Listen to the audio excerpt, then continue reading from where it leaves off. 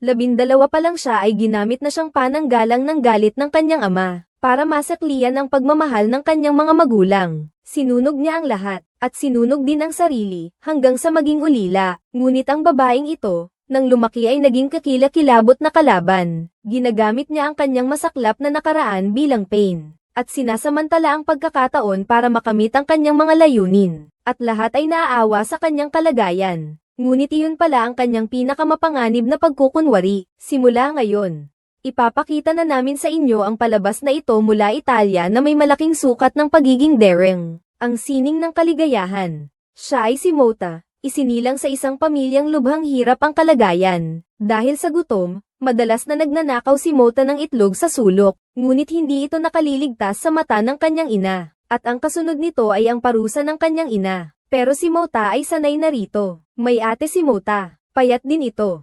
Ngunit tila mas pinapaboran ng ina ang ate niya. Ang magaganda nitong damit ay para sa ate niya. Samantalang si Mota ay nakakapagsuot lang ng damit ng ate niya sa gabi. At nahuli rin siya ng ina niya.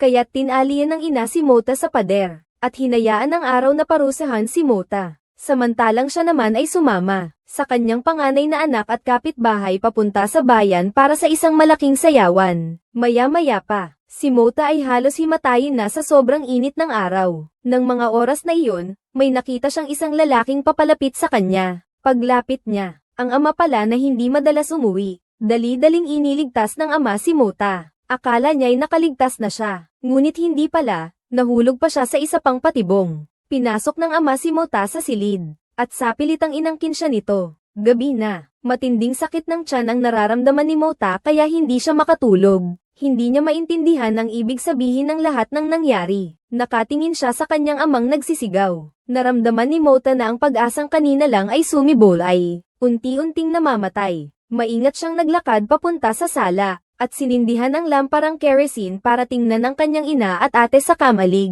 Ngunit aksidente. Nahulog ang lamparang kerosene at sumiklab ang malaking apoy. Gusto sanang buksan ni Mota ang pinto para iligtas sila. Pero naisip niya ang kanyang naranasang paghihirap. Kaya't agad niyang binawi ang balak na iyon. Habang lumalakas ang apoy, walang pag-aalinlangang tumakbo si Mota palabas ng silid. Isang araw at isang gabi ang pag-aalab ng apoy. At ang buong pamilya, maliban kay Mota, ay nasawi sa apoy. Buti na lang at natagpuan si Mota ng matandang hardinero ng monasteryo. Pero dahil na rin sa pagkapagod ay nawalan siya ng malay. Dinala siya ng hardinero sa monasteryo. Doon, sinimulan ni Mota ang kanyang pagbabagong buhay. Unang beses siyang nakaligo. Unang beses siyang nakahiga sa malinis na kumot. Pero dahil sa wala siyang maayos na edukasyon noong bata pa siya. Habang kumakain, para siyang isang baboy na sumusubo. Ang itsura niya ay kinaayawan ng maraming tao. Hinayla siya ng madre sa isang tabi. Tinuruan siya nito ng tamang asal at kaugalian sa pagkain. Pagkatapos kumain at uminom ng mabusog, nakadama si Moita ng pagkirot sa tiyan. Pumunta siya sa looban para maghanap ng lugar para mailabas iyon. Ngunit bago pa man siya makapagsimula ay nagulat siya sa isang hardinero sa gilid. Dali-dali niyang sinuot ang pantalon at umalis doon. Sunod-sunod na siyang nagpunta sa ilang lugar. At sa huli ay nagtago siya sa aparador na may mga damit ng madre. Natapos na ang tanghalian. Dumating na rin ang lahat sa bulwagan para magbasa ng Biblia. Ngunit isang nakakasirang hiyaw ang sumire sa katahimikan sa bulwagan. Binuksan ng babae ang bintana. Hinayaan niyang basain ng malamig na ulan ang kanyang katawan. Dahil lamang sa isang malaking pagkakamali ang nagawa niya. Ipinahayag niya lamang ang kanyang pagmamahal kay Madre Superiora Aura. Ngunit ito ay isang malaking kasalanan sa loob ng monasteryo.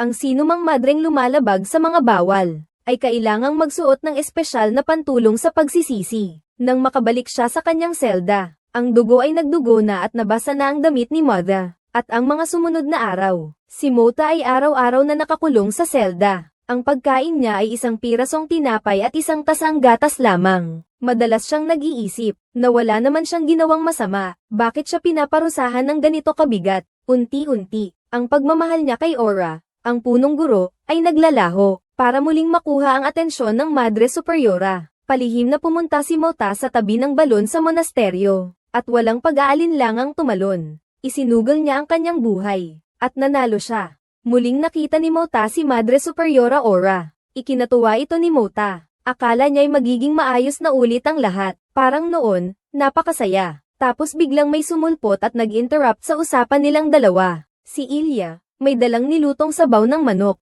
para bang nag-aalala kay Moala dahil sa sugat nito. Pero ang bibig niya, unti-unting naging sandata para saktan ito. Kinutya niya si Moala, kung gusto talaga nitong mamatay, bakit hindi na lang sa gabi tumalon sa balon, kundi sa araw. Dahil ba may makakakita agad sa araw? Napatunayan din nito si Dean Ora. Mukhang nadaya na naman ako ng batang ito. Nang makita niyang nabuko ang plano niya, unti-unting nagliwanag ang mga mata ni Xiaomota. Pumunta siya sa silid ni Ilya, at nakakita ng ilang pahina ng mga tala ni Ilya sa drawer. Pagkatapos ay compare ang sulat kamay. Eksakto ang sulat kamay nito sa sulat na natanggap ko mula sa doktor. Si Ilya pala ang may pakana nito. Sinira niya ang relasyon ko sa Dean. Hindi na nagpanggap si Mota. Sinugod niya si Ilya at sinakal. Bakit ba siya nakikialam? At kinutya naman siya ni Ilya. Sinabing isang ligaw na bata lang siya, at wala siyang karapatang mahalin ng Dean.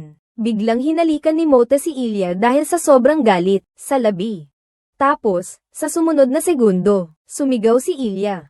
Si Mota naman ay nakangiting nakatingin sa kanyang nakuha, at ang kahihinatnan ay, ikinwento ni Ilya ang nangyari sa Madre Superiora. At sa wakas, nagdesisyon na ang Madre Superiora na paalisin siya sa monasteryo. Ngunit nag-iwan pa rin si Dean Ora ng kaunting dangal. Nakapaghanap siya ng ilang trabaho na angkop kay Mota. Sabi ni Dean, likas na mapangahas si Mota, at hindi talaga bagay sa banal na lugar. Umiiyak na humingi ng tawad si Mota sa kanyang ina. Ngunit determinado na si Dean Ora. Umaasa siyang magiging masaya rin si Mota sa ibang lugar. Nakita niyang wala ng silbi ang kanyang mga pakiusap. Biglang nagbago ang ekspresyon ng mukha ni Xiaomota. Nakita na lang na bahagyang nakaawang ang mga mata niya, at paulit-ulit na napapasigaw ng dahil sa sakit. Iyon ang tunog na inilabas ni Dean Ora, nang inaaliw niya ang sarili noong gabing iyon. Akala ni Xiaomota, magiging epektibo ang pananakot na ito sa Dean. Ngunit lubos din itong dinesmaya ang Dean. Lumabas siya ng silid ng walang lingon-lingon. Nagdesisyon si Xiaomota, dahil hindi naman niya nakukuha ang pagkagusto ng Dean. Edi itutulak na lang niya ito sa bangin.